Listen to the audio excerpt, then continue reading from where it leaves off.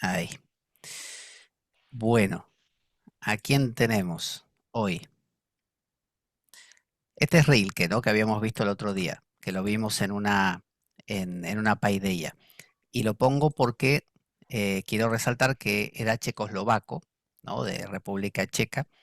em, y el autor que vamos a ver hoy, que es Kafka, Franz Kafka, también es de la misma zona. Así que tenemos dos personajes que provienen de esa misma fuente. Kafka es muy famoso por el tema de esa expresión de esto es muy kafkiano, ¿no? Y, y bueno, tiene que ver con que vivió una vida muy difícil, donde su papá básicamente esperaba ciertas cosas de él que no se cumplieron, porque los seres humanos somos así que empezó a sistemáticamente a oprimirlo, a criticarlo, a denigrarlo, ¿no? Ya vemos que no tiene una cara de súper feliz. ¿No? El pobre Kafka. Y el padre quería que él hiciera carrera de abogado y distintas cosas por el estilo para tener un futuro y tener dinero, y él quería escribir. Él sentía que el camino de su vida era la escritura. Así que tuvo que obedecer a su padre, se apuntó a la universidad, se estudió abogacía y después terminó trabajando en una compañía de seguros, que le dejaba no demasiado tiempo para escribir. Y escribió cantidad de cosas. Y se piensa que el 90% de lo que escribió lo destruyó. De hecho, publicó en vida unos pocos libros, unos pocos escritos y que no tuvieron ninguna trascendencia, solo entre sus amigos. Y cuando fue a morir, que murió hacia los 40 años, creo que 41, por tuberculosis, le dio una tuberculosis, él tuvo poca suerte en el amor, así que tuvo una pareja que no le fue muy propicia, otra, y creo que tuvo una cuarta, y esta cuarta lo acompañó en este proceso de tuberculosis. Él viajó a distintos lugares, sanatorios, para ver si le buscaban la solución, le daban algún medicamento y no le encontraron nada y finalmente murió. Esta mujer lo acompañó hasta último momento, creo que se llamaba Dora, y, y antes de morir le dice a un amigo de él, dice, escucha, dice, como ese amigo tenía acceso a todos sus manuscritos, por favor quémalo todo, salvo los 4 o 5 que publiqué, todo lo demás quémalo. Y el amigo eh, tenía un gran aprecio por lo que escribía Kafka, le parecía fantástico, y entonces medio que cuando muere Kafka, en el propio funeral habla con el padre de él y llegan a un acuerdo de que si el padre le permitía, él no lo quemaba y lo publicaba. Así que la obra que tenemos de Kafka viene de que el amigo, entre comillas, lo traiciona, pero porque consideraba que era tan grande la obra de Kafka que valía la pena publicarla. Entonces, Kafka es un personaje que nos presenta atmósferas opresivas, porque todas las obras de él son atravesadas por la idea de que si mi papá, ese ser inmenso, me oprimió de todas las maneras posibles y yo era un niño vulnerable siendo prácticamente violado por él, destruido, todas las situaciones que sus personajes viven, por ejemplo esta que se llama El Proceso, donde hay un hombre que es juzgado por un crimen que no sabe ni cuál es, ¿no? Y lo juzgan sistemáticamente. La metamorfosis, ¿no? Donde una persona se despierta una mañana y resulta que se metamorfoseó en bicho. No dicen nunca qué bicho es, podría ser una cucaracha, un escarabajo, se convierte en eso. Entonces, es esa sensación de no puedo hacer nada, de vulnerabilidad y de impotencia ante un poder demasiado grande. Y sus escritos suelen ser la relación entre un personaje muy poderoso y un personaje que está siendo oprimido. Así que eh, así son sus escritos y lo interesante que tiene es que él no les da una interpretación. Sencillamente los presenta y lo kafkiano de por sí tiene que ver con que a lo que sería un relato natural, él le agrega un elemento que uno dice, ¿y esto de dónde salió? O sea, que un tipo se levante una mañana y le duela la rodilla está bien, pero que se convierta en bicho, ¿no? En insecto. Es algo, ¿cómo? ¿Cómo puede ser esto, no? ¿O por qué a este Ilógico. hombre lo están eh, juzgando por algo que no sabe ni lo que es y no se lo dicen? O sea, son cosas que en la vida real tienden en general a no pasar, ¿no? Entonces, entonces yo tengo aquí una recopilación de cuentos y también tengo El silencio de las sirenas, que es muy, muy interesante. Así que vamos a empezar con esta del silencio de las sirenas y luego aquí hacemos como hacemos siempre esto de mover y buscar un cuento y lo profundizamos. Entonces, este del silencio de las sirenas está muy vinculado con Ulises, ¿no? Ulises sabemos que en un momento tiene que cruzar por un lugar donde están las sirenas y que las sirenas son unas especies de arpías, en realidad, no son con cola de pez, eso lo hizo la tradición popular, igual Disney. Pero antes de eso eran arpías. Y entonces él lo que hace es taponarse los oídos con cera y atarse al palo mayor del barco y decirle a sus navegantes que no lo suelten, porque él quiere escuchar a las sirenas. Él dice, yo las voy a escuchar. La mayoría de la gente que las escucha se vuelve loco y se arroja al océano y muere, pero yo quiero sobrevivir para contarlo. Entonces, es como uno quiere vencer a la muerte, uno quiere, ¿no?, lograr ver lo que nadie ve. Entonces, dice así, existen métodos insuficientes, casi pueriles, que también pueden servir para la salvación. He aquí la prueba. Para guardarse del canto de las sirenas, Ulises tapó sus oídos con cera y se hizo encadenar al mástil de la nave, aunque todo el mundo sabía que este recurso era ineficaz. Muchos navegantes podían haber hecho lo mismo, excepto aquellos que eran atraídos por las sirenas ya desde lejos. El canto de las sirenas lo traspasaba todo. La pasión de los seducidos habría hecho saltar prisiones más fuertes que mástiles y cadenas. Ulises no pensó en eso, si bien quizá alguna vez algo había llegado a sus oídos. Se confió por completo en aquel puñado de cera y en el manojo de cadenas. Contento con sus pequeñas estratagemas, navegó en pos de las sirenas con inocente alegría. Sin embargo, las sirenas poseen un arma mucho más terrible que el canto, su silencio. No sucedió en realidad, pero es probable que alguien se hubiera salvado alguna vez de sus cantos, aunque nunca de su silencio. Ningún sentimiento terreno puede equipararse a la vanidad de haberlas vencido mediante las propias fuerzas. En efecto, las terribles seductoras no cantaron cuando pasó Ulises, tal vez porque creyeron que a aquel enemigo solo podía herirlo el silencio, tal vez porque el espectáculo de felicidad en el rostro de Ulises, quien solo pensaba en ceras y cadenas, le hizo olvidar toda canción. Ulises, para expresarlo de alguna manera, no oyó el silencio. Estaba convencido de que ellas cantaban y que solo él se hallaba a salvo. Fugazmente vio primero las curvas de sus cuellos, la respiración profunda, los ojos llenos de lágrimas, los labios entreabiertos. Creía que todo eso era parte de la melodía que fluía sorda en torno de él. El espectáculo comenzó a desvanecerse pronto.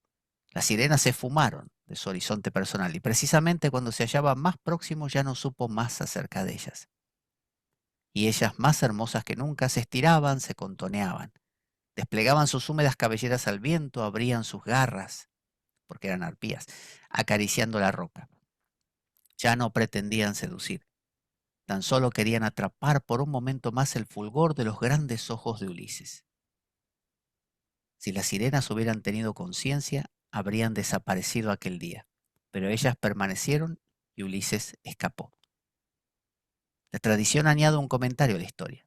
Se dice que Ulises era tan astuto, tan ladino, que incluso los dioses del destino eran incapaces de penetrar en su fuero interno.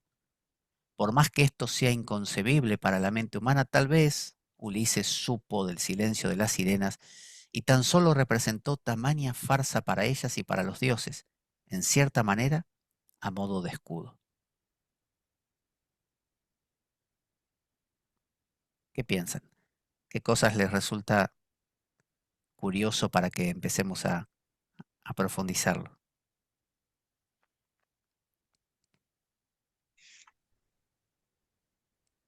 ¿Por qué dirá esto? Existen métodos insuficientes, casi pueriles, de niño, de puer, que también pueden servir para la salvación. ¿Por qué dirá eso?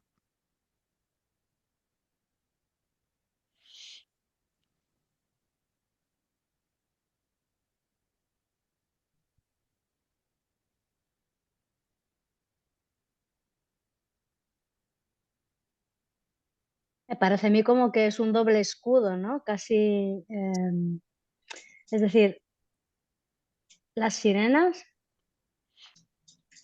se quedan como sorprendidas de, de la actitud de Ulises, tanto que no pueden hacer nada, pero se quedan como embelesadas. Pero es también como una, no entiendo bien si es una defensa o si es, en plan, me quedo sin ningún tipo de recurso. Es como, no sé, un doble misterio, ¿no? En plan, Ulises Ujú, sabía que se iban a portar así, pero ellas se han quedado como, porque aquí se habla también de otra arma que tenían las sirenas, ¿no? En plan, no canto para, mm, exacto. no sé, una doble arma, ¿no? Como dos polos de la misma fuerza, como que al final no hay ningún resultado, no, no sé. Se queda ahí como una zona gris. No Mm. hay un desarrollo realmente, o no sé. No, no sé. A veces cuando, por ejemplo, enfrentamos un perro que nos viene a atacar, eh, si hacemos lo que el perro está acostumbrado, que es correr, por ejemplo, el perro va, se le activa esto de perseguir y nos va a perseguir y morder. Pero si hacemos algo raro, no sé, agitar los brazos, rodar por el suelo, el perro puede que se confunda. Eso se ve con los animales salvajes como leones, ¿no? Que, que si hacemos cosas extrañas no saben cómo reaccionar. Y aquí Ulises utilizó un método muy pueril que sorprendió a las sirenas. Pero además, las sirenas, pensemos que las sirenas podrían ser lo desconocido, ¿no? Porque él quería conocer lo desconocido. Quería oír lo que nadie pudo oír y contarlo después. ¿Qué puede ser en la vida lo que nadie vio y contó después?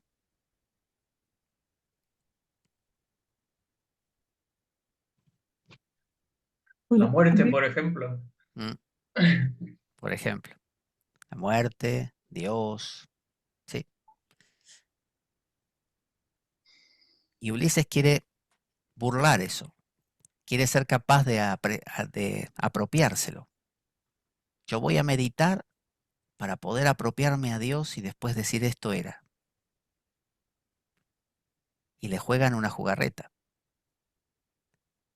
Es como que todo lo habitual se retira. Y él cree estar, es como si yo medito y digo, ay, ese silencio, sí, eso es Dios, eso es Dios. Él cree que las sirenas están cantando porque abren las bocas así como sorprendidas y él dice, estarán cantando, ¿no? Casi puede oír el canto, porque es lo que él espera escuchar.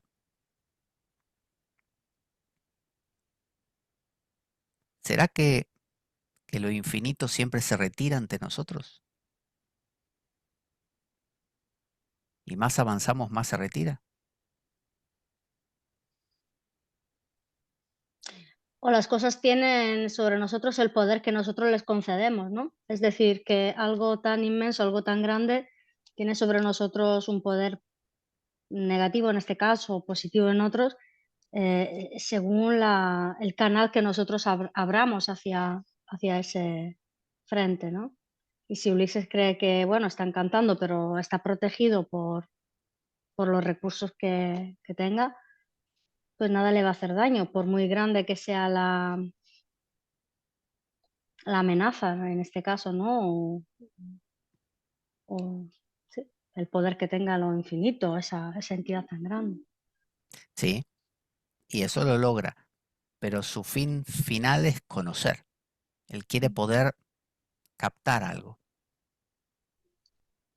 Si yo voy ante una persona, ¿no?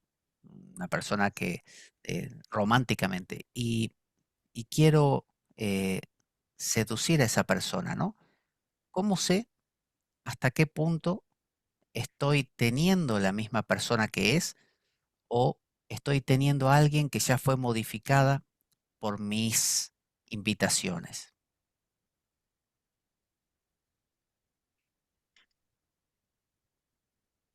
O visito un país que quería visitar y lo imagino. ¿Cómo sé que estoy realmente visitando Roma?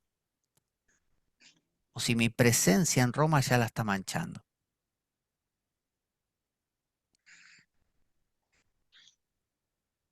Pablo, eso es la constante vivencia existencial de la incertidumbre frente a la certidumbre, Ujú, en donde la vida es así. ¿sí?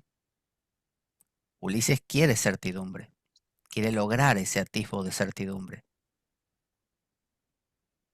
Y el silencio de lo que se retira ante él, esa Roma que se retira porque yo la empujo con mi presencia, yo la interpreto como que es Roma y me la apropié y vuelvo y cuento, ¿a qué no saben cómo es Roma? Es así, asá. Pero eso es Roma. Y claro, la visión de cada uno es subjetiva. Entonces, para ti Roma va a ser una cosa y para el de al lado va a ser otra cosa, ¿no? Ujú. Y tú volverás como hizo Ulises y contarás que sí, conociste a Roma porque Roma no saben lo que es buenísima porque tiene... Pero en el fondo, de tu fuero íntimo, quizá tienes la intuición como Ulises porque sabes que es tu versión. O sea, según el texto también, Ulises como que se intuye que sabía que Claro, había un porcentaje de posibilidades de que todo lo que estaba pasando realmente, claro, se esperaba, ¿no? Era tan astuto, claro. claro. Mm, Tan ladino que incluso los dioses del destino eran incapaces de penetrar en su fuero interno. Era como mm. hermético. Por más que esto sea inconcebible para la mente humana, tal vez Ulises supo del silencio. Él se dio cuenta que no estaba pudiendo atrapar a Roma. Y tan solo representó tamaña farsa para ellas y para los dioses, en cierta manera, a modo de escudo. ¿Escudo contra qué?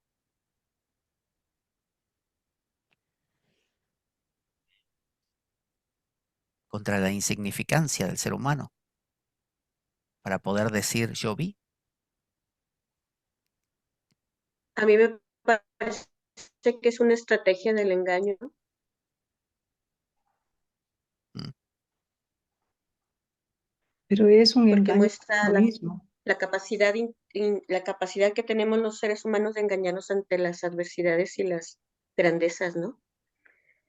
Digo, podemos hacernos de todas esas artimañas, pero al final de cuentas entra lo mismo, ¿no? Pareciera que no, pero sí penetra.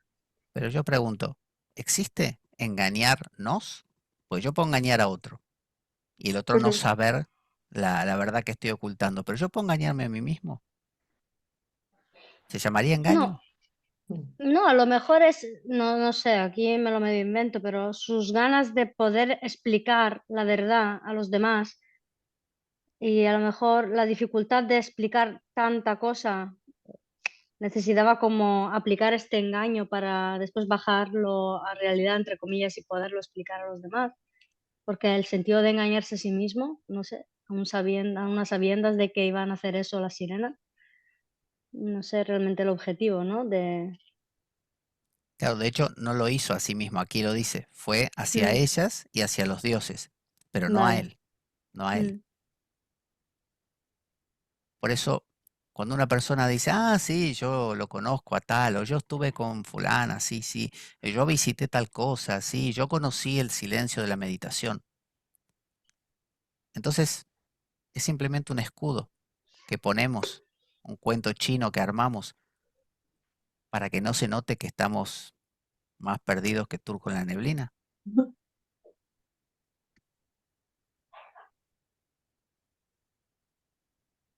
Pablo, entendida la sagacidad y la astucia de Ulises, Mm. y reconociendo que solo nosotros mismos, nuestro poder interior, sabemos y conocemos lo que somos capaces de hacer y viene el engaño, cómo yo me relaciono con las personas, cómo se establecen las relaciones interpersonales, sabiendo que nuestra condición humana es así. ¿Tú qué piensas? ¿Cómo nos relacionamos? Tú ves a otra persona y ya dijimos que el acto mismo de estar en contacto con otra persona es un acto perceptivo, ¿no? Leibniz decía que estamos en mónadas y estas mónadas que son como burbujas tienen como de espejo, son de espejo. Entonces nos miramos a nosotros mismos. Creemos estar viendo a otro, pero somos nosotros mismos. ¿Habrá un otro? Es que yo sí creo que existe el otro. El asunto es cómo miramos al otro y cómo nos relacionamos con el otro, pero el otro también nos presenta muchas sorpresas. Y muchas veces pueden ser buenas, agradables, sinceras, pero también existe lo opuesto. Ujú. Supongamos que sí existe el otro, entonces, ¿no? Supongamos que sí. Lo que el otro me transmite, cosas bonitas o cosas feas, ¿limpiamente llegan a mí o son filtradas? Son filtradas. La moneda es como una lente, ¿no? Digo yo. Esa lente le ponemos en las expectativas o Mm, parte de nosotros a lo que percibimos. Entonces realmente nos llega parte de lo que nosotros estamos dispuestos a Queremos. aceptar. A ver. ujú. Sí, esas son las categorías kantianas. Kant dice que tenemos unas categorías en distintos niveles de complejidad, categorías, y hace que todo lo que recibamos lo filtremos por esas categorías. Con lo cual, en el fondo, no estamos viendo a la cosa en sí, sino siempre filtrada. Por eso Nietzsche decía, no existen hechos, sino solo interpretaciones. Ujú. Entonces, Ulises quiso ver las cosas en sí, la cosa en sí. Quiso ver a ese otro tal como es. ¿Y qué sucedió? No Que no pudo. vio nada. Mm. Claro. Y en ese retiro del otro, él lo interpretó como canto, ¿no?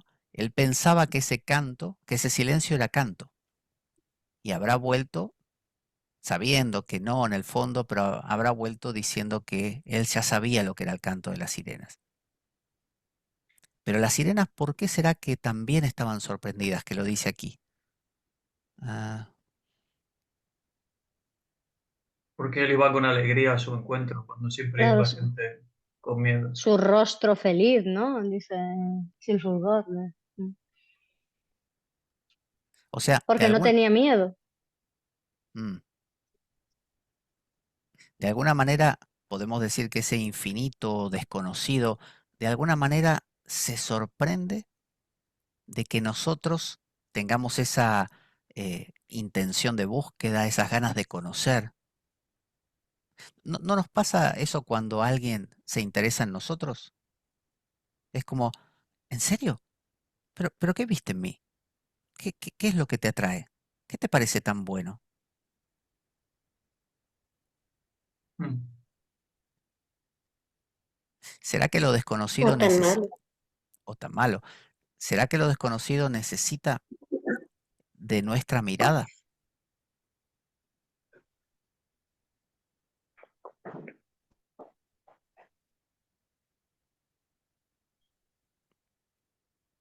O sea, yo me encuentro con una persona que dice estar, no sé, interesada en mí. Yo me anonado porque me parece que esa persona está viendo algo y yo quiero saber qué es. En ese momento, ¿dejo de ser yo o sigo siendo yo? Deja de interpretar tu papel, ¿no? El papel habitual. Mm. Porque ahora soy, como diría Alan Watts, un go with, ¿no? Un ir con. Ahora ya, yo soy Pablo, ¿no? Estoy acá solo. Y de repente aparece alguien y me dice, Pablo, me encanta, no sé, ¿cómo eres? En ese momento yo dejo de ser Pablo y empiezo a ser go with. Empiezo a ser ir con fulano, fulana, quien sea.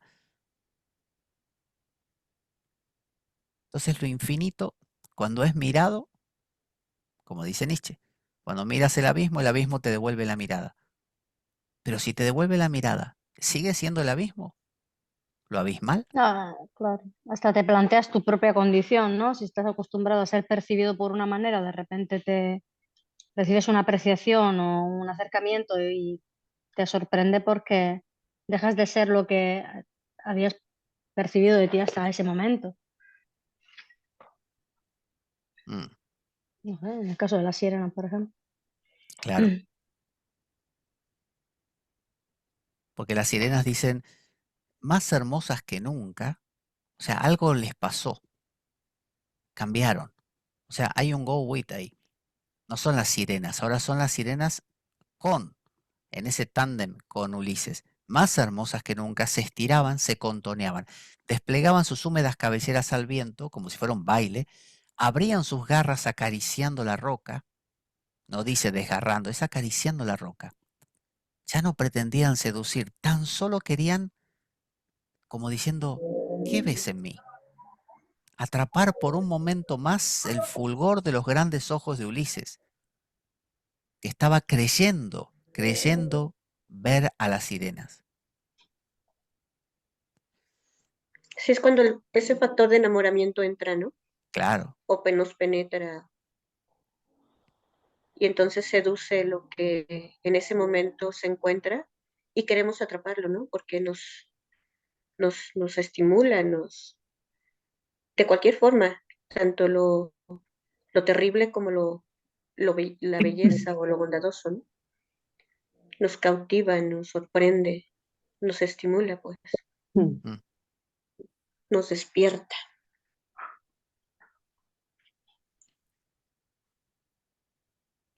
vamos a ver otro cuento así, no nos demoramos demasiado con ese.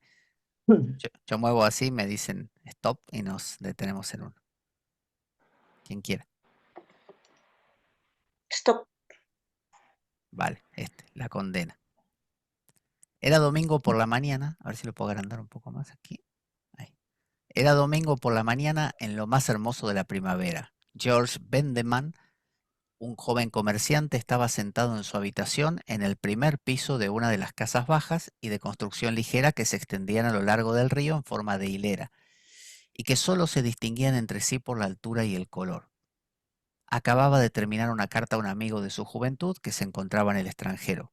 La cerró con lentitud juguetona y miró luego por la ventana, con el codo apoyado sobre el escritorio, hacia el río, el puente y las colinas de la otra orilla con su color verde pálido.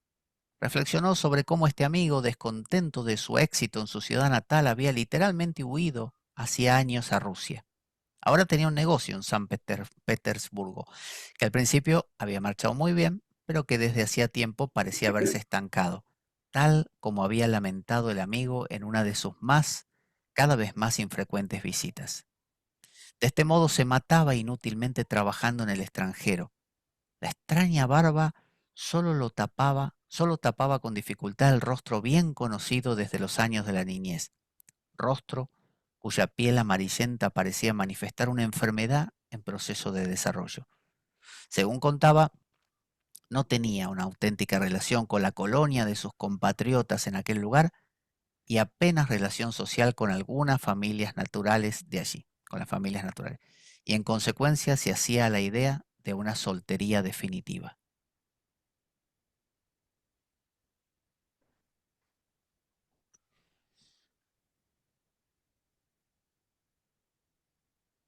¿Qué les parece?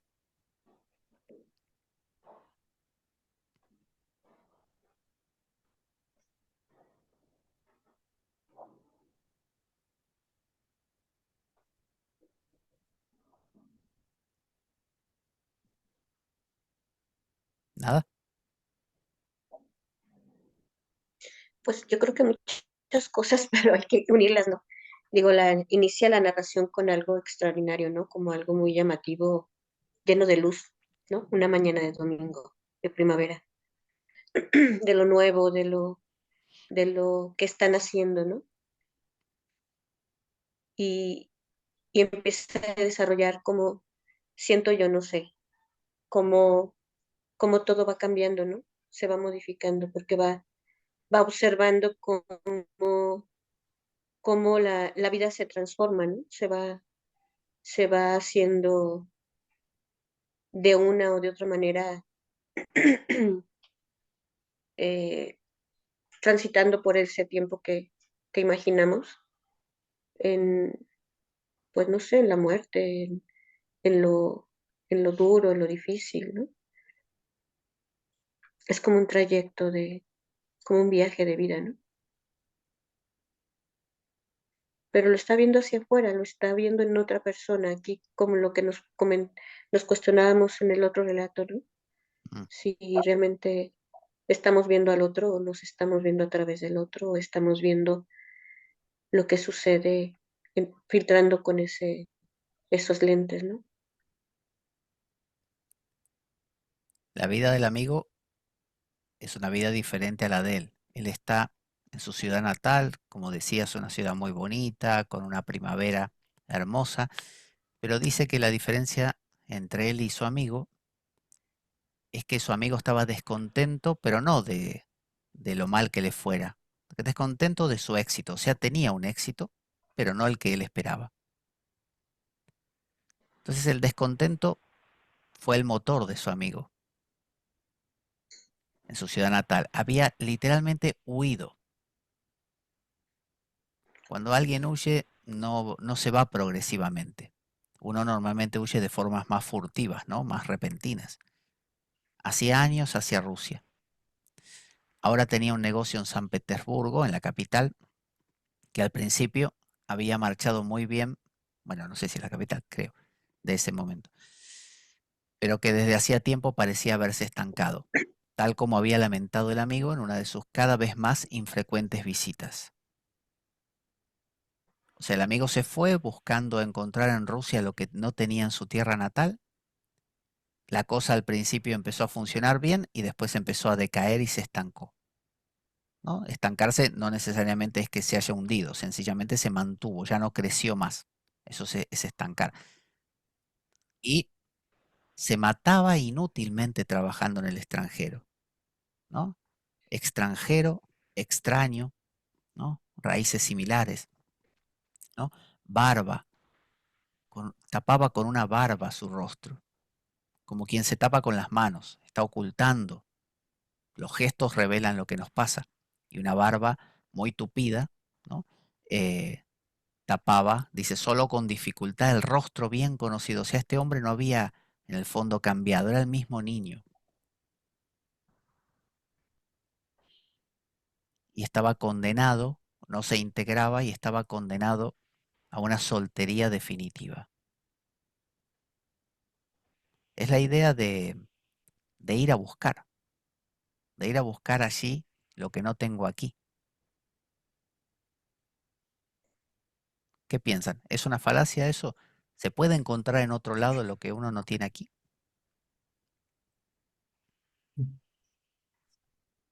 Sí, esa es la historia del descontento. Mm, Es un descontento interior.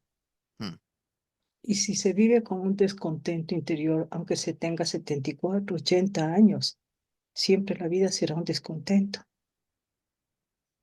Entonces, me parece que esto radica fundamentalmente en cómo fue construido mi mundo interior, las vivencias desde la niñez, adolescencia, y luego, etcétera, matrimonios, o sea, y lo que va aconteciendo en la vida, divorcios, y, y entonces me parece que sí, ahí hay una matriz psicológica permanente de una insatisfacción total, pero me da la impresión que esa es una insatisfacción con él mismo, no con las cosas externas, porque luego él retrocede, regresa y marca, en definitiva, una historia que él mismo se lo fabricó mm. en las coyunturas existenciales que vivió. Mm. Entonces, diríamos que está mal buscar. El buscar puede ser, me quiero comprar un coche o quiero irme a vivir a tal sitio. ¿Eso es incorrecto o es correcto y lo incorrecto es otra cosa en ese, como un matiz de eso? No, Yo creo yo que el creo que es problema está en la correcto. fuga. Mm, Lo repentino, la fuga, lo repentino, huir. Puede que sea la fuga, ¿no? Al final, si nos mudamos a otro sitio, por muy poco desarrollado que podamos tener ciertas cosas nuestras, también depende de los factores socioeconómicos que nos podamos encontrar. No sé, en esa época en San Petersburgo, cómo podían estar las cosas, si mejor o peor del sitio de partida de esta persona, pero el hecho de que no tuviese después una relación con la colonia de los compatriotas, o que, por ejemplo, dice que las visitas con su amigo eran cada vez más infrecuentes y demás, se nota, ¿no? Como decía la compañera, perdona, no recuerdo tu nombre ahora, se nota ¿no? Como un problema más bien interior, ¿no? Como un sentirse inadecuado dentro de sí. Entonces ahí el problema está en la fuga, no tanto si es repentina o premeditada, sino lo que te hace huir, más allá de que te vaya bien o mal, si sea más o menos exitoso lo que haces donde te mudas, pero eso. O sea, como que esta persona no era un extranjero donde quiera que fuera, porque siempre estaba eh, justamente Mm. sintiéndose fuera de lugar, ¿no? En cada situación. Por eso no se encontraba en su tierra natal, pero tampoco ahora se encontraba en el nuevo lugar. Que ahora el hecho de no Bueno, quedar con la gente que viene de tu sitio no quiere decir que te sientas desubicado, pero las condiciones físicas tampoco parecen ser de las mejores. bueno, y es que también extranjero a mí me da la idea de que está hacia afuera, ¿no? Viviendo hacia afuera. Es, entonces, es una acción que particularmente yo creo que si nos damos cuenta es algo muy natural en el ser humano, ¿no? Cuando vive hacia afuera, todo lo que ve, o bueno, lo que ve hacia afuera, lo que está viendo como vida, lo que está tratando de experimentar como su existencia, que solamente es hacia afuera, cuando no logra entrar en esa profundidad que probablemente le podría dar otro matiz a la vida o nos podría dar otro matiz, hacemos una fuga, ¿no? O Mm. sea, no, estamos fugados de ahí, desde el hecho de estar hacia afuera. Esa fuga es no ver todo lo que está eso, en el imaginario dentro o profundamente, ¿no? Entonces, eh, siguiendo esa línea que estabas diciendo, Marcela, una persona que pasa de un recipiente al otro, ¿no? Que puede ser una ciudad a la otra, una amistad a la otra, em, vemos que en sí no necesariamente eso es negativo, porque la vida es una transición de cosas, ¿no? El cuerpo mismo va cambiando, pero quizá el problema que tiene este amigo del protagonista es que nunca habita, ¿no? Nunca hace carne en ningún lugar. En su propia tierra, literalmente huyó, ¿no? Huir. O sea, uno huye cuando no está a gusto con lo que tiene, pero ahora en el nuevo lugar tampoco se siente a gusto y tampoco regresa tan frecuentemente al anterior, y está condenado a la soledad, está condenado a una soltería definitiva, ¿no? Estar solo, aislado. Entonces, eh, dado que la vida, como digo, es un cambio, yo esta ropa no la puedo usar por siempre, va a llegar un punto que se deteriora, me tengo que comprar otra.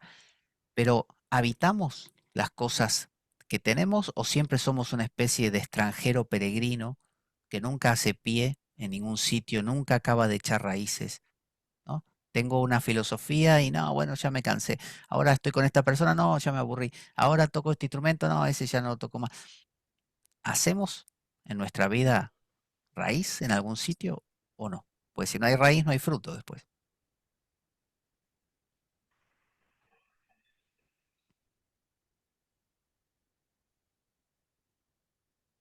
Creo que depende de la persona, ¿no? Pero creo que es sano habitar, pero eso no quiere decir encadenarse tampoco, ¿no? Pero vivir un sitio de forma vacía creo que no es sano y es lo que hace enfermar, porque al final si no tienes alimento, si echas raíz, pero esas raíces no cogen nada de la tierra donde se enraizan, no sé si me Mm, explico bien, al ujú. final la planta se muere, pero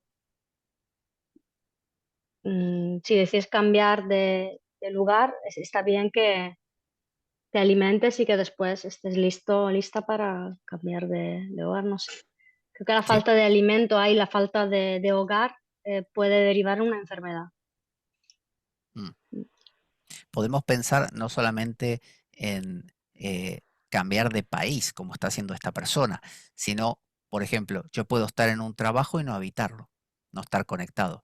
Puedo tener una pareja y no estar conectado. Puedo ser padre y no estar conectado. Puedo tener un coche y no estar conectado. Entonces soy un extranjero en donde quiera que mire y voy a morir solo.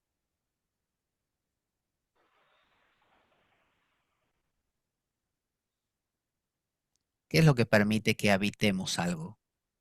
Porque no por tener muchos amigos y ir de fiesta en fiesta uno habita las cosas, ¿eh? Uno puede ir de fiesta en fiesta y no conectar, estar solo. ¿Qué es lo que hace que habitemos? ¿Qué permite que habitemos algo?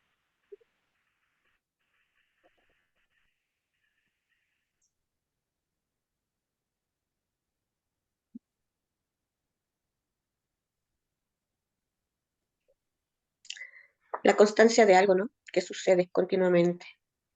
¿Solo eso? El ¿Solo la sentir, constancia? Amarlo. no, bueno, Mm, eso. Ya lo vimos cuando vimos El Principito, que no era solamente que el zorro le dice domestícame. ¿Por qué? Y porque yo te voy a extrañar, me voy a acordar de ti cuando vea los campos de trigo, me voy a acordar de tu pelo y voy a llorar. O sea, no era la frecuencia nada más, sino establecer una ligazón emocional, que es lo que está en este primer párrafo.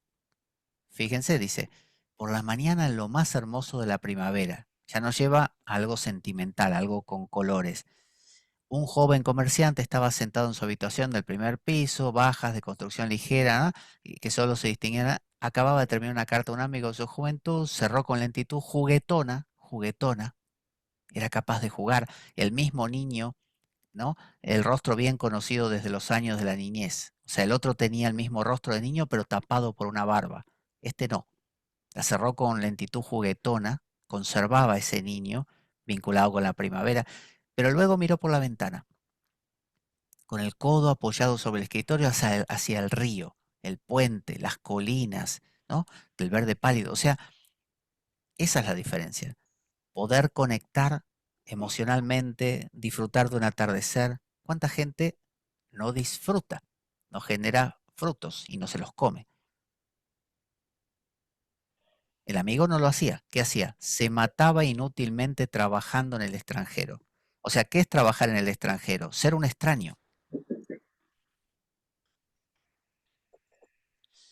Yo puedo estar aquí sentado hablando esto y ser un extraño. No conectar realmente con esto. En cambio, puedo también juguetonamente mirar por la ventana, con el codo apoyado sobre el escritorio. Imagino que habrá hecho así, ¿no? Y se habrá apoyado, así, mirando el río. O sea, se dio un permiso de disfrutar. El amigo no. Se mata inútilmente trabajando en el extranjero. Y tapa con barba su espíritu juguetón.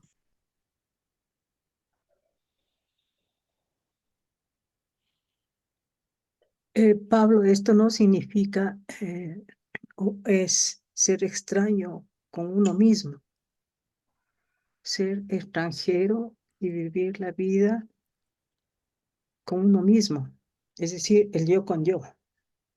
Mm, Y en esa relación del yo conmigo mismo, sí, a ver, no sé si es una dualidad,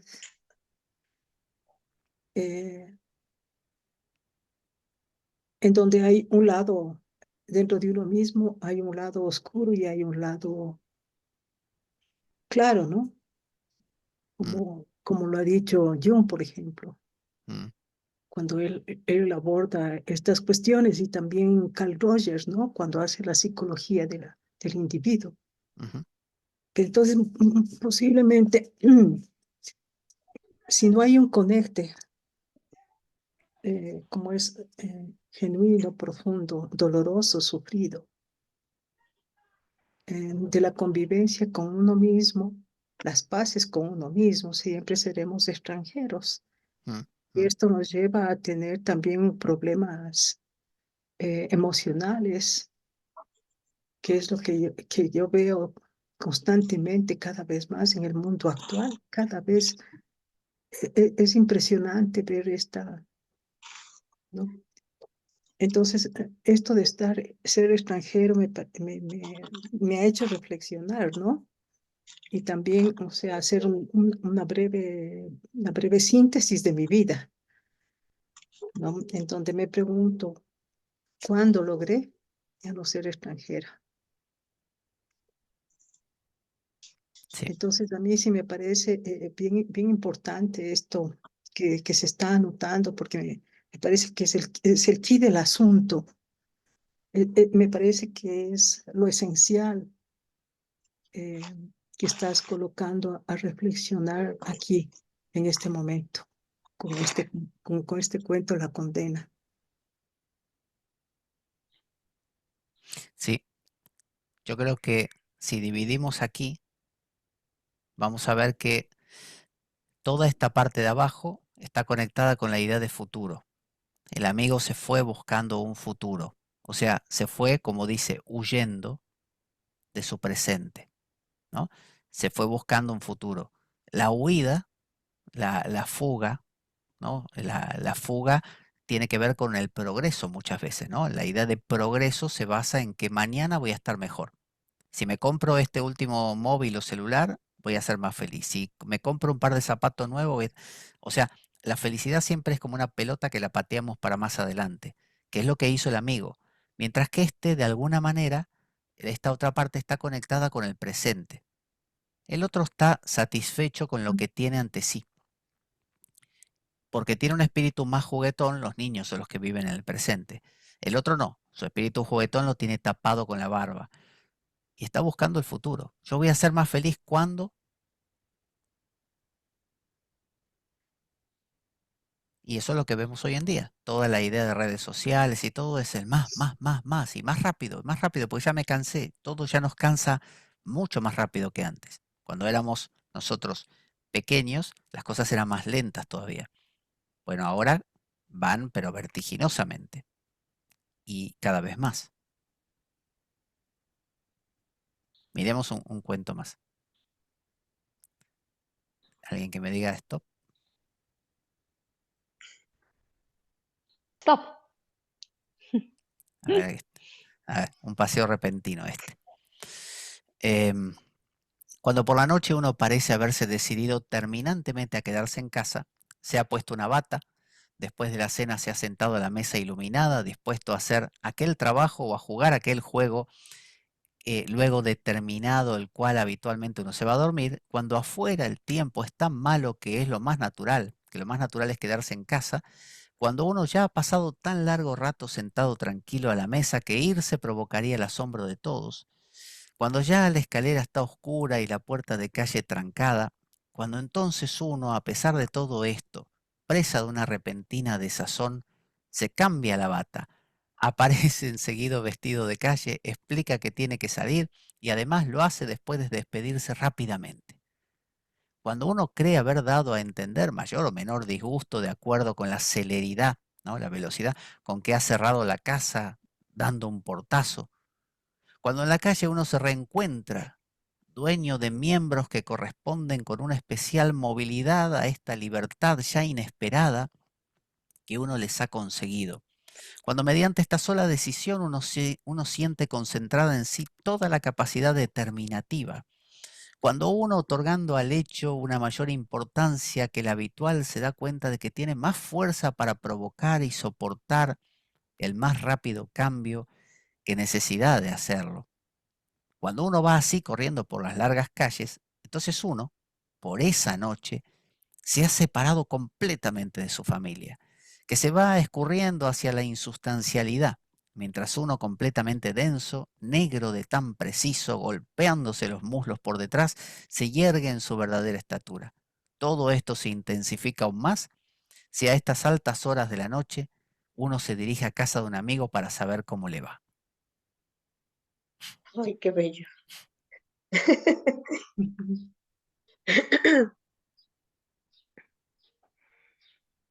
El puro yo, ¿no?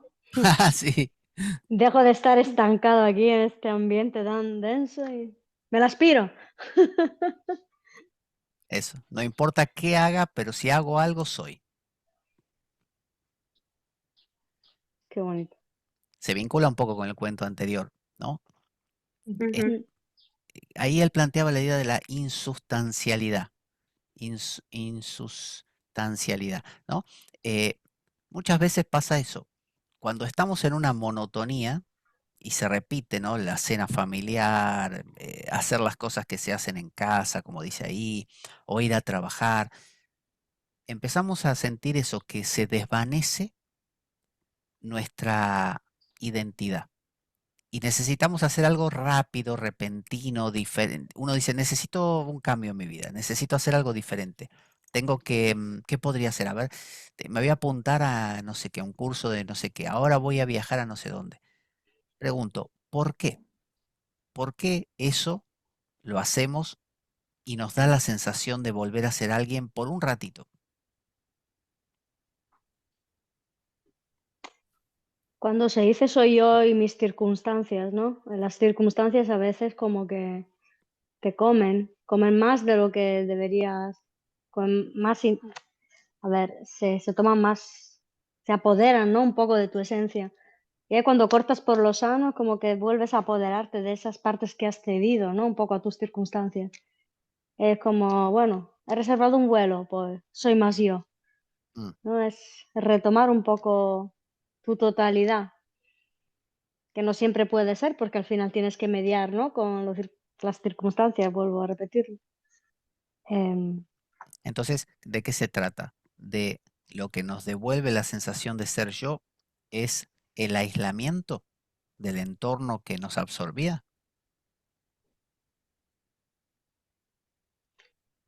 Yo creo que no, sí.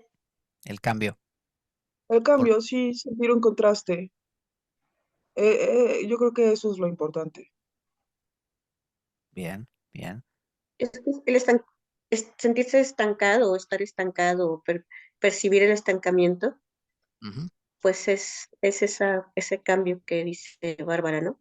Que queremos hacer para poder sentir la vida de nuevo, para Mm. poder sentir que se está moviendo algo, ¿no?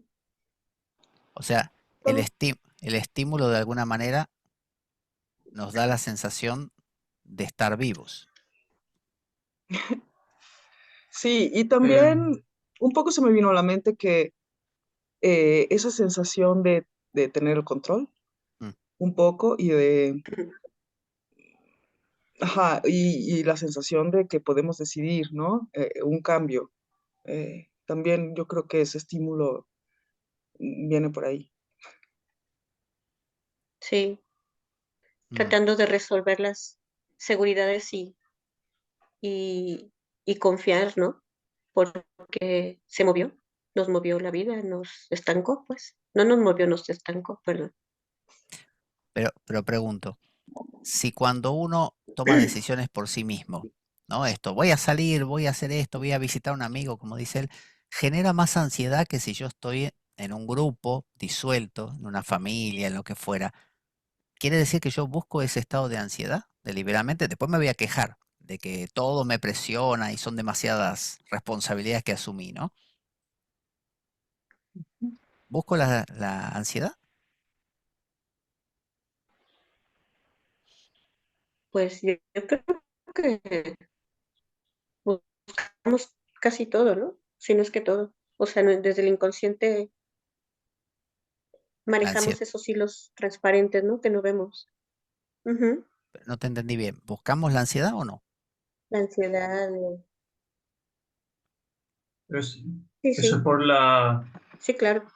Sí la por el buscamos. efecto rebaño, ¿no? Que al final crees que te sientes seguro en el rebaño porque te diluye, como tú dices, pero en el fondo tú sientes algo superior que emana dentro de ti y que te quiere hacer avanzar. Y bueno, lo que decía esto de no sé, la Buda, de los monjes errantes, que no, que cuando no tenían una casa fija y no tenían tal, así es como crecían y cómo se desarrollaban espiritualmente.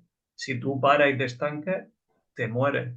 Y en el fondo lo sabes. Lo que pasa es que la manada te hace estancarte, te atonta, comes hierba ahí un poco, pero llega un punto que dices, yo no quiero seguir aquí, quiero seguir avanzando. Pero Tony, si tú eres un monje errante, el primer año va a ser todo estímulo. El segundo año va a ser un poco menos de estímulo. Y ya a los 10 años de Mm. monje errante, lo más normal, tú dices, esto es rutina. Necesito un trabajo fijo. Bueno, pero ahí es donde te paras en un poblado 2 años, ¿no? Porque para ti pararte sería como avanzar, como cambiar. Sí, la cosa es no estancarse, yo creo. Vale. O sea que el estímulo entonces, que nos da la sensación de ser yo, no es necesariamente el aislamiento de un grupo, sino el cambio hacia algo novedoso, algo nuevo. Es Y a descubrirte veces, sí. a través de experiencias nuevas, creo. O retos, o... Mm. Hay una idea que es esta.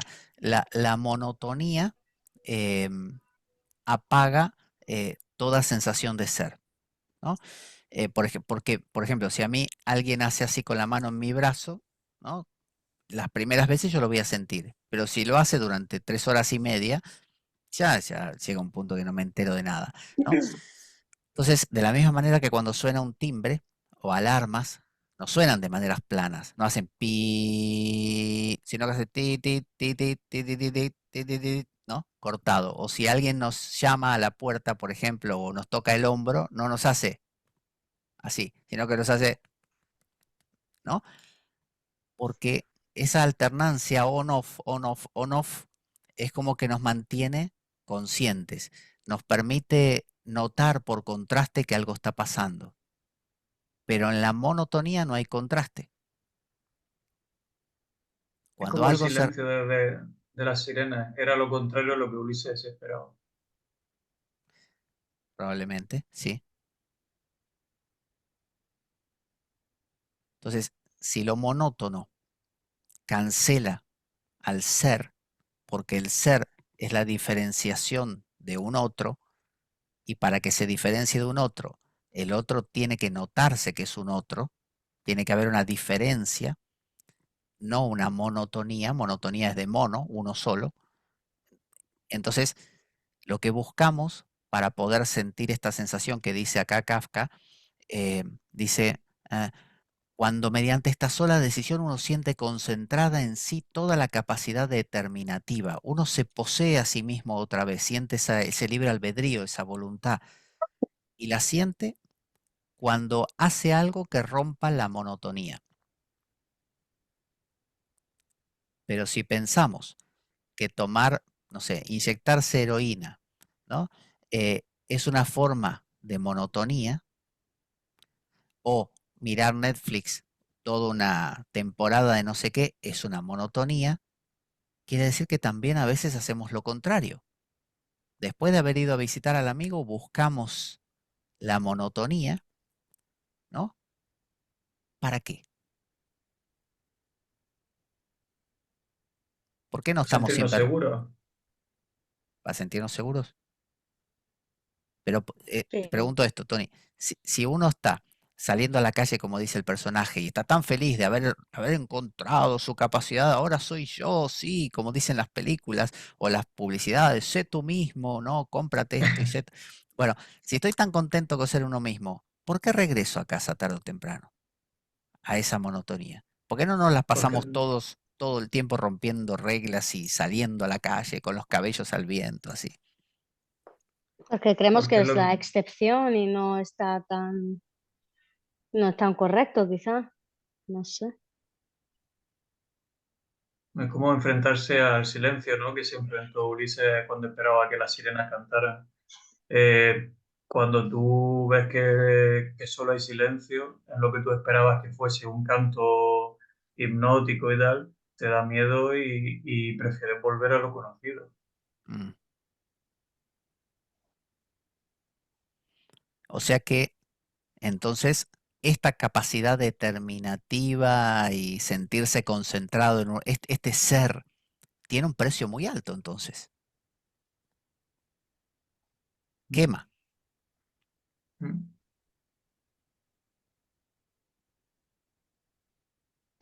¿Te refieres al salir de las circunstancias? Claro. Hombre, pagamos, creo yo, bueno, hablo de mi experiencia personal, se suele pagar un precio alto, monetario o vivencial, ¿no? A veces por salirte de las casillas, entre comillas, ¿no? Ujú. Las casillas son lo que está bien, lo que está, bueno, amoldado y eh, un poco trabajado para encajar, ¿no? Sí, suele ser alto el precio. Cuando tú ves a tu perro durmiendo tranquilo y dices, qué grande mi perro, cómo disfruta ahí tirado, no tiene que pensar en todo. Pero claro, tu perro es el que está en esa comida familiar o en la casa, como al principio de la historia. Y anhelamos el perro, pero si somos el perro durante un rato, ya decimos, no, necesito salir otra vez, ser un ser humano. Y así nos pasamos la vida rebotando, Mm. ¿no? Uno dice, quisiera estar en una isla, bajo una palmera, disfrutando de... Pero ¿cuánto te dura eso? Después de un tiempo uno dice, aquí no pasa nada, oye. Mm. Es la inquietud de estar en un lado y en el otro, ¿no? Como que al final, ¿no? Necesitamos de uno y del otro, porque si no, no hay búsqueda, no somos Claro. completos, ¿no? No podemos estar solos y absolutos. O sea que estamos condenados a rebotar entre la monotonía y, y el estímulo, Tampoco lo veo como una condena. Ujú. ¿vale? Pues es la inconformidad de la que hablábamos en el otro cuento, ¿no? Es una inconformidad.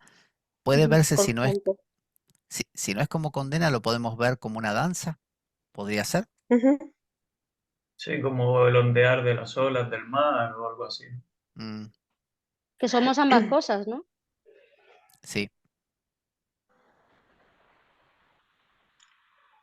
Entonces Eh, podríamos, Solo quería, sí, pero Patricia. quería una pregunta. Eh, el estímulo no es de alguna forma una búsqueda para, para reconocernos, para avanzar, para progresar, tanto desde el punto de vista, digamos, profesional o económico, como también espiritual. Estoy haciendo una pregunta. Mm, ¿Acaso estos no son dispositivos que,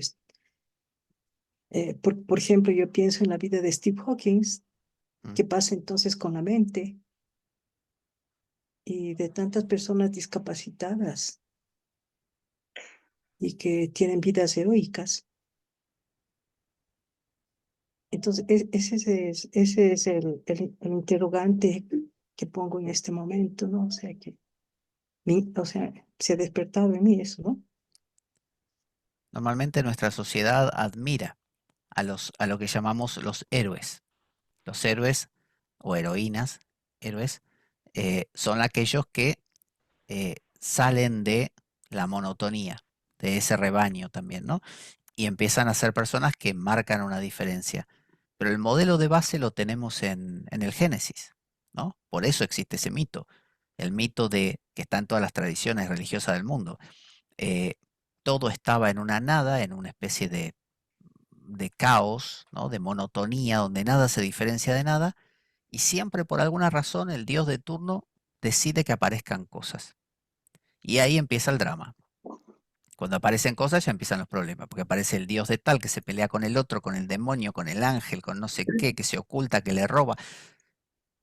Y tarde o temprano todo vuelve a una especie de Ragnarok de los vikingos, de Apocalipsis de los judeocristianos, de final donde todo vuelve a esa monotonía. Pero como pasa con las películas, uno dice, bueno, ya está, se resolvió, terminó, y después, al final, el malo que había muerto, vemos que la cámara enfoca y de debajo de los escombros sale la mano otra vez así, y ahí cortan y pone continuará, ¿no? Y quiere decir que vuelve a arrancar el estímulo otra vez, ¿no? Vuelve a empezar. el ciclo, ¿no? Claro, quizá entonces el arte de la vida sea aprender el baile justo entre, que nunca es la mitad, sino que es, como dice Aristóteles con su eudaimonía, el justo equilibrio entre a veces estímulo hasta un punto, pero después volver a la monotonía y volver hacia el estímulo y volver a la monotonía.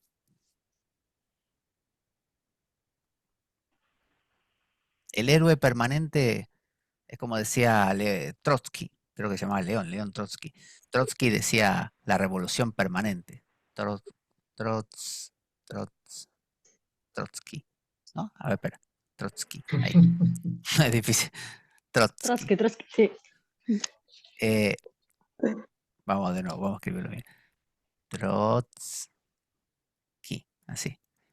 Él decía la revolución permanente, que es lo que hizo el Che Guevara. Cuando terminó la revolución en Cuba, él decidió continuarla. Acabó Claro. mal después porque le pasó lo que le pasó, pero bueno, él decía esto no se acaba aquí. No es, llegamos a Cuba, ¿viste? Ya establecimos, ganó la revolución, ya se establece la calma, la monotonía. No, hay que buscar más. Sí, porque él se identificó también con ese, ¿no? Como que él desapareció como Che Guevara y fue esa revolución. Pero claro, él, su sentido de vida desaparece si deja de haber revolución.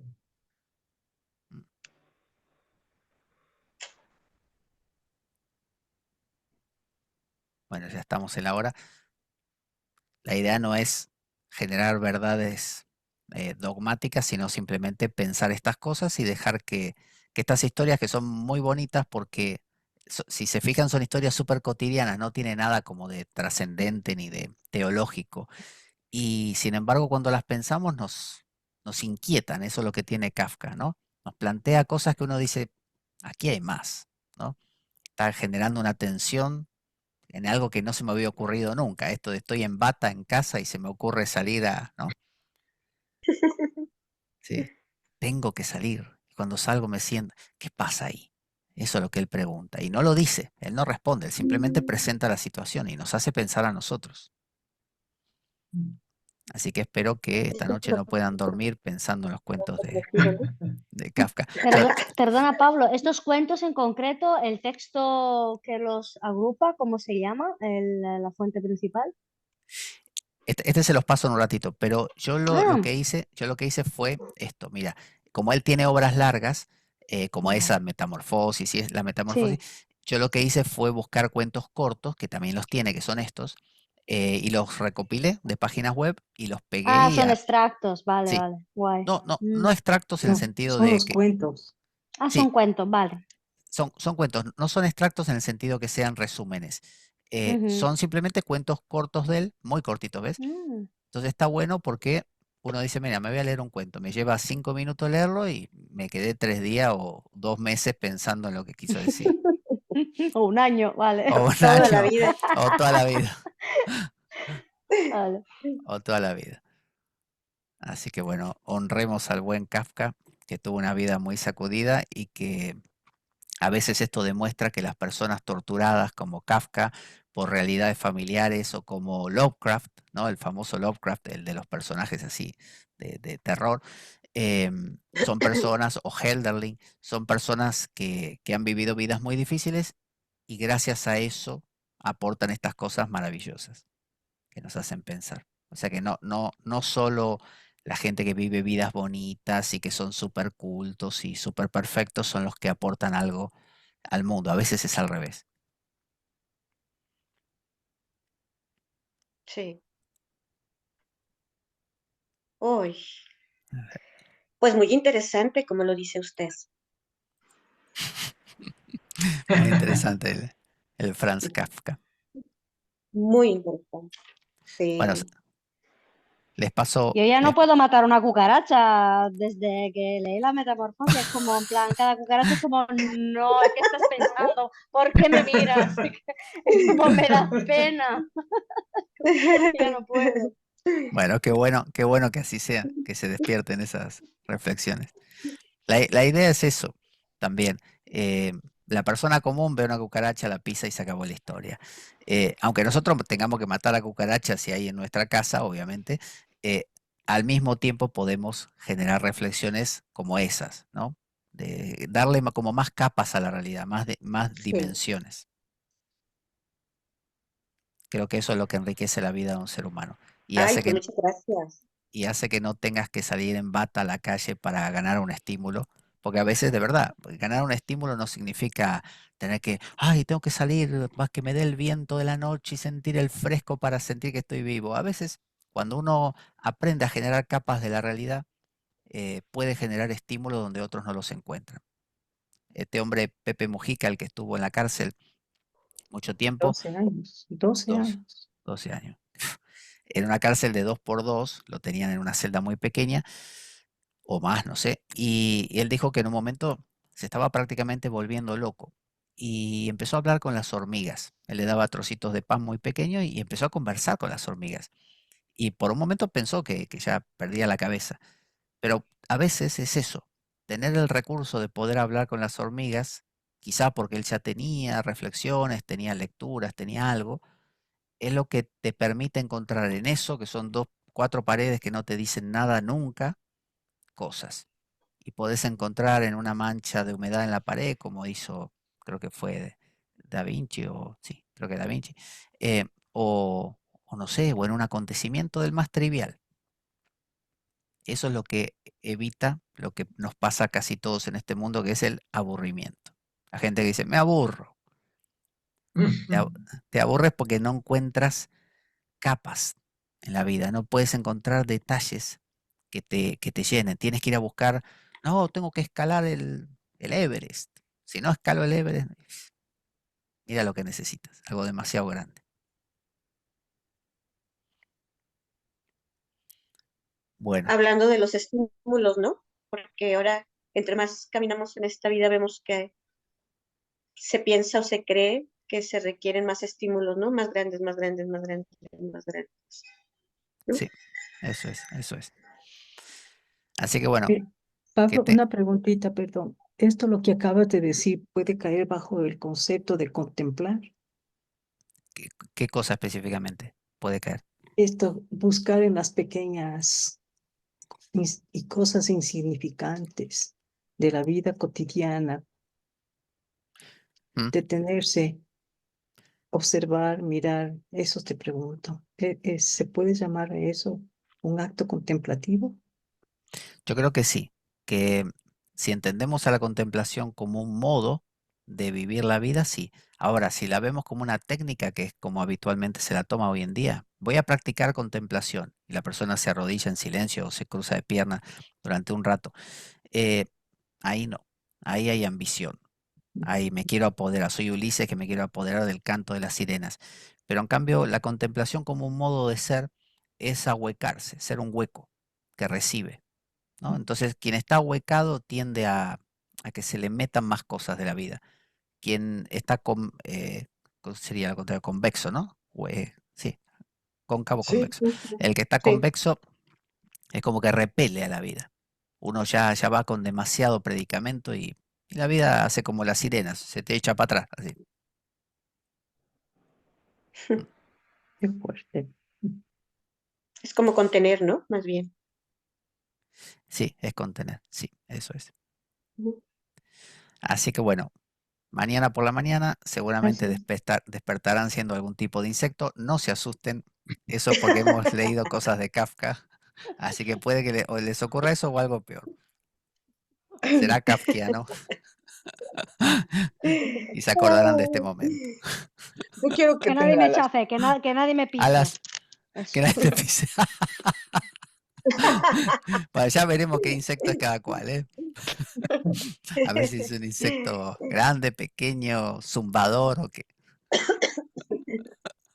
Bueno, muchas Muy gracias bien. por estar, un abrazo muy grande. Luego les envío la grabación y también el PDF. Gracias. Gracias, un gracias. placer. Gracias. Chao. Muchas Igualmente, hasta gracias, pronto. Pablo. Hasta Muchas pronto. Buenas gracias, noches. Buen fin de compañeros. Buenas semana. noches. A todos, a todos. Buenas Gracias. noches. Buenas noches.